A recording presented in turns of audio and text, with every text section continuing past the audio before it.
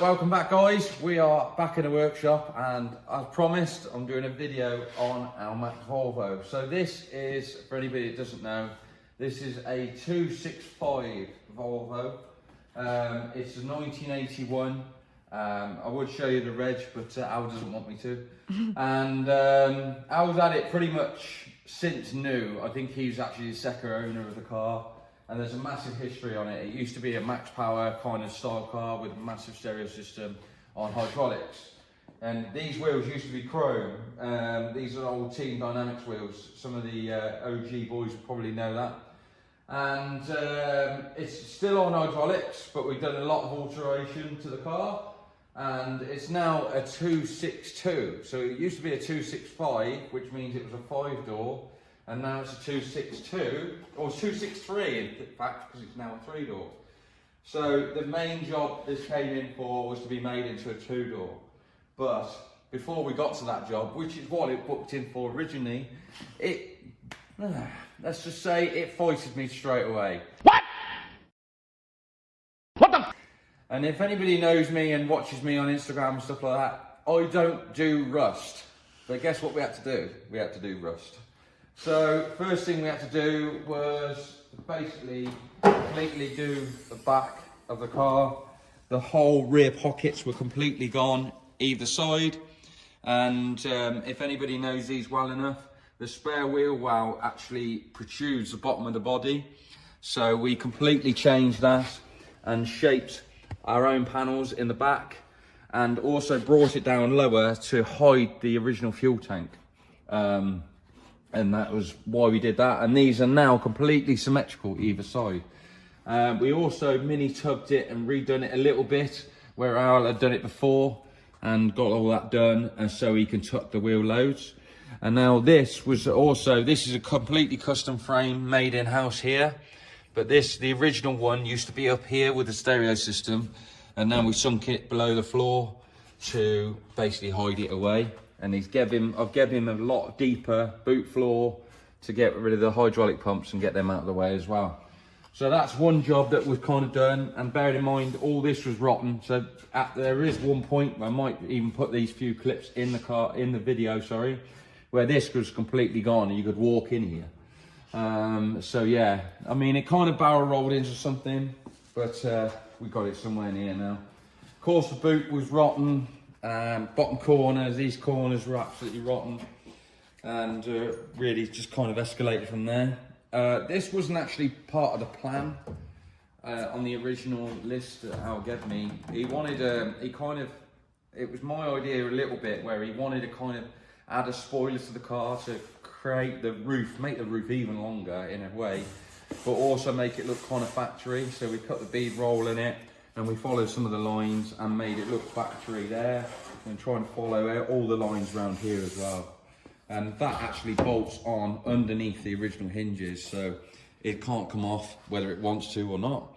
And this will be a completely one-off. So I have had people ask me if I was going to mould this, and the answer is no, I'm not going to do it, because there's only going to be 2 other people that maybe want to buy it, and it's not worth the hassle.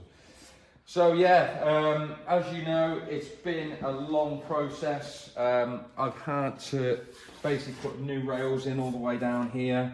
It's had brand new arches.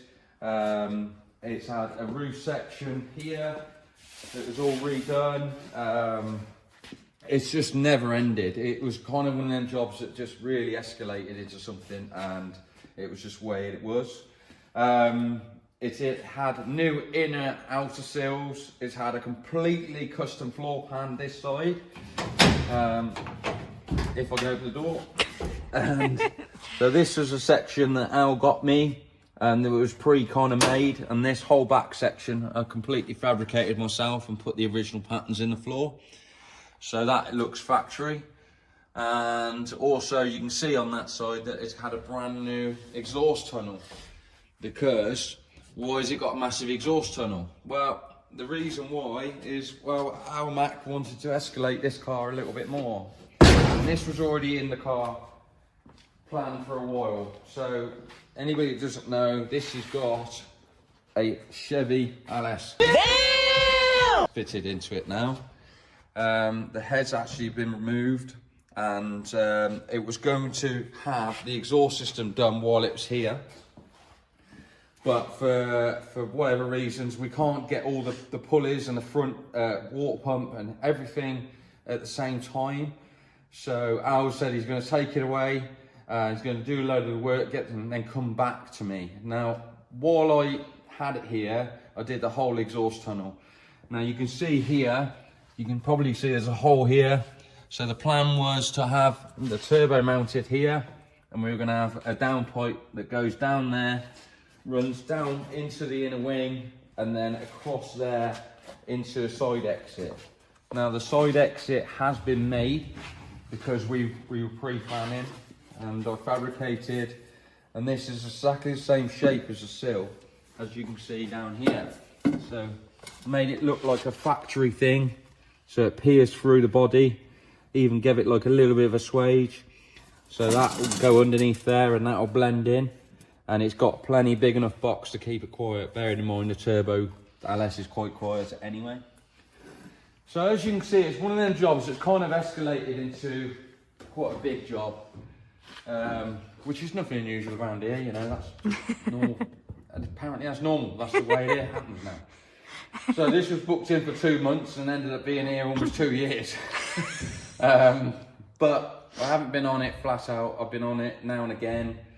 When I can, because I'm only a one-man band, it's been hard work to do it. I've had a few people come and help me with it, so grateful for that help and progression with it. But yeah, it's now no filler in this car at all at the moment. So this also had a bit of a weird history where Al didn't want to let me know or forgot. I don't know whether that's his old age or his stupidity. But anyway, but basically his whole rear quarter had actually been replaced. Bearing in mind when it was a 4-door, and he didn't even know about it. So that was tricky to find because we found a lot of filler in this side. So that was one of the first finds we did, and then we got that right, pound beated it all straight, and then obviously once we got the rear quarter. So the rear quarter from here to here is actually off a 2-door original coupe that Al supplied with me.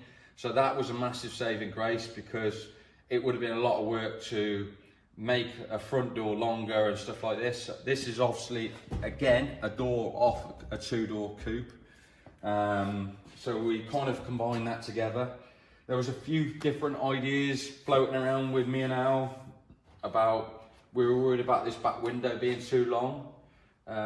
We were thinking about making a thicker pillar here. And also there was an idea where just from the Corolla side of things, like K70s and old K20s, like my race car, have a pillar here to divide that up a little bit and add a bit of strength to the shell. But we both kind of decided against it, and I kind of agree with how it was the right thing to do. It kind of took me a little bit of a hard time to think there's nothing there, it's going to be a long rear window. But as soon as we put the car down on the floor, I could see where he was looking and what his idea in his head was. I was not persuaded for a while. Yes, yeah. The other thing we've done is we actually gave him a new tunnel. So it's now got a taller gearbox tunnel to allow for the prop shaft not to hit the floor, so he can actually drive it while it's actually on the floor with the hydraulics. And it gives him a lot more space underneath for everything else. So yeah, as you can see, it's been quite a big job. I was over the moon, which is the main thing. It did keep biting me, and I think he did it on purpose. The little things with like the doors, when we come to fit the doors, there was a bit of welding needed on the doors. When we come to fit this, a bit of welding needed there. It was just like, just leave me alone. But there you go, that is fabrication, and unfortunately custom fabrication, and the fun part of it comes with the bad parts of it as well, and that was rust. But what can you say? It's a 1981 car, and it's made it this far, and it's been sat outside I think his house, from what people have been saying, for years. Now there's a lot of people that know about this car from down south, and I've heard all the stories. I can't put any of them online because they're all a bit No. split. Nice. But it's great to hear the stories from Al and just what he got up to when he was younger, which is great, you know. So yeah, I don't know where he's picking the car up soon, so I promised I'd do a bit of a video before it left. There is still custom ideas going through his head and my head.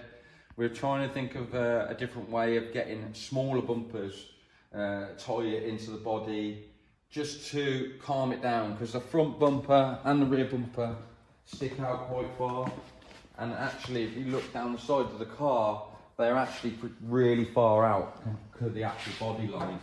So I suggested we'll make front bumpers that actually stick out just as much as the arch, and then it'll kind of look a real sleek, and we can also tuck them right in a bit more and just give it that little bit of an extra custom look. So yeah, I don't know what else other plans are going to be. Now it's solid and he can do what he wants to do. He's still just trying to decide a colour. The original colour choice was a red, I think, but I think he's gone away from that already.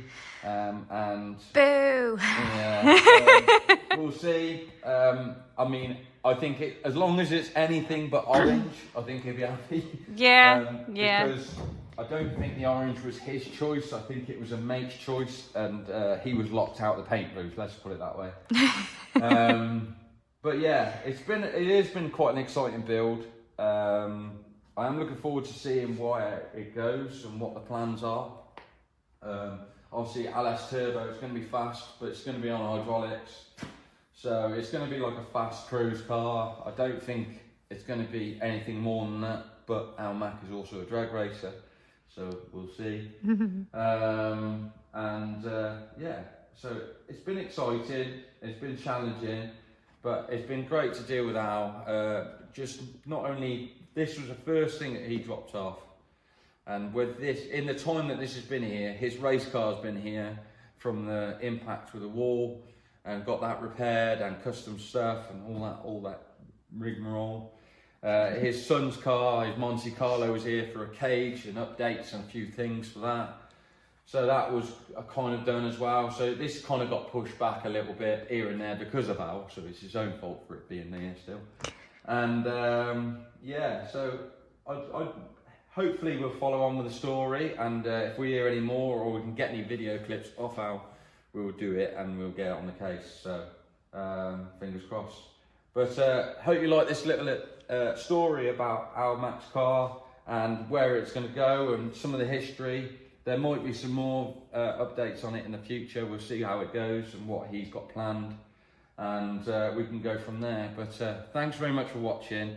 Sorry the content's been a bit low. I've had a nightmare with laptops and Technology. I'm not very good with technology. I'm still learning, but I'm trying my best. And also make sure you go on the website, grab some merch, stickers. Turn around. And yeah, this is very worn in, can do hoodie.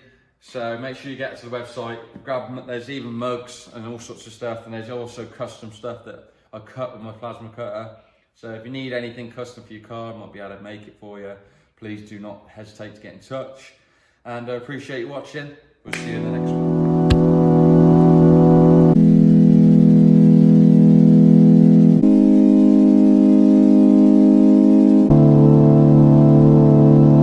So clap.